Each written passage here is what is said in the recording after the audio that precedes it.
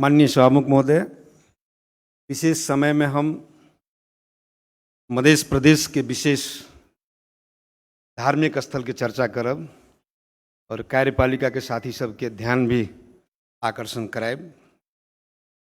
समृद्धि या अतीत के अद्भुत प्रतीक रामायण कालीन जीवंत अवशेष धौंसा धाम। धौंसा धाम बहुत महत्वपूर्ण भूमि अछि। ई प्राचीन देवभूमि अछि और एहि देवभूमि के विकास के लेल खासे प्रयास नहीं भेलै। धौंसा धाम के बारे में अवगत करनाई बहुत जरूरी। धौंसा धाम आखिर छै की त? जै समय में त्रेता युग कालीन में धनुष यज्ञ भेल रहे तो वो धनुष के टुकड़ा के मध्य भाग धौंसा धाम में खसल रहे। एक आकाश में गेल रहे, एक पाताल में, और बीच के जे रहे वो धौंसा धाम में खसल रहे। तो जीवंत अवशेष धनुष मंदिर धौंसा धाम जंगल में छे।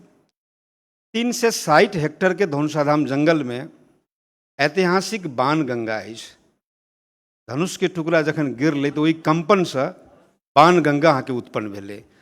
नेपाल में नदी दर्शन के बात करब तो हिम नदी, पहाड़ नदी और चूरे नदी, लेकिन ई बाण गंगा नदी ये हिम, पहाड़ और चूड़े ने यहाँ के ऐतिहासिक छे, अद्भुत छे एकटा। एकर बाद हम सब धौंसा धाम जंगल के चर्चा करब तो में प्रादेशिक स्तर के वनस्पति उद्यान वही में छे और वही में जैविक विविधता के देखबी तो धनुष ताल, विभिन्न किस्म के जड़ी बूटी लमसम 286 प्रजाति के जड़ी बूटी धौंसा धाम में, 286 प्रजाति के, जे नेपाल में हमरा बुझाइए कतौ एहन नहीं हेतै। बस आवश्यकता है के संरक्षण करे के।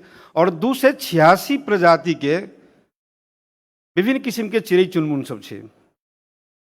हॉर्नबिल सल्ला का विश्व स्तर में जो दुर्लभ स्पॉटेड ईगल छे, वो ईगल अपने के धौंसा धाम जंगल में बर्थिंग सेंटर ग्रुप में छे। वो चिड़ै सब के लेल स्तनधारी हम सब प्राणी के बात करब आ रिप्टाइल्स के बात करब तो किंग कोबरा के अपने सब नाम सुनने होबे। धौंसा धाम जंगल में राखल भी गेल रहे।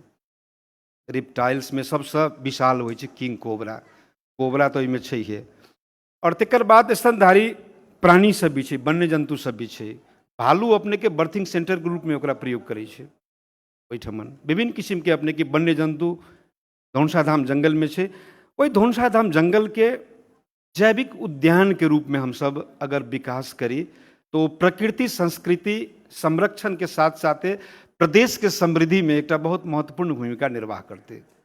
ऑक्सीजन बैंक के साथ साथ पर्यावरण संरक्षण के साथ साथ वो सीधा पर्यटन के हिसाब से समृद्धि के लिए बहुत बड़का अपने के काज भ सकैया। जैविक उद्यान जना भारत बिहार के राजधानी पटना में संजय गांधी जैविक उद्यान अछि। हम सब परिकल्पना करी जे 3 से 60 हेक्टेयर में धौंसा धाम जंगल अछि, ओहि जंगल में हम सब जैविक उद्यान के रूप में एकरा आगाड़ी बढ़ाई। दोसर बात जे वनस्पति के हिसाब से हम सब जैविक प्रशोधन केंद्र के भी स्थापना ओहिठमन कर सकै छी और जलीय वनस्पति उद्यान भी हम सब स्थापना कर सकै छी, ओहिठमन संरक्षण कर सकै छी। वनस्पति के प्रयोगशाला भी हम सब स्थापना कर सकै छी और खास करके परसा वन जंतु आरक्षण केंद्र और कोसी टापू, ई दोनों के मध्य में धौंसा धाम जंगल अछि। देखते हुए हाईवे में बहुत अपने के जैसे वन्य जंतु सब घायल रहे छे, तो ओकर उपचार के लेल, वन्य जंतु उपचार के लेल धौंसा धाम जंगल में वेटनरी अस्पताल के भी हम सब संचालन कर सकै छी। इच्छा शक्ति होबे के चाहिए। तत्काल के रूप में मठियानी मठ में हरिन राखल गेल अछि, महोत्तरी के मठियानी में। ओहिठमन से हरिन अल्पत्र अवस्था में छे। वही हरिन के हम सब तत्काल के रूप में धौंसा धाम में राखि कर प्रदेश सरकार के वन मंत्रालय और जैविक उद्यान के रूप में हम सब तत्काल सिंबॉलिक रूप से शुरुआत करी। एकर परिणाम बढ़िया हेतै। कारण किंग कोबरा जे राखल गेल रहे तो किंग कोबरा राखल गेल रहे तो धौंसा धाम संरक्षित वन परिषद ओकर संयोजन केने रहे।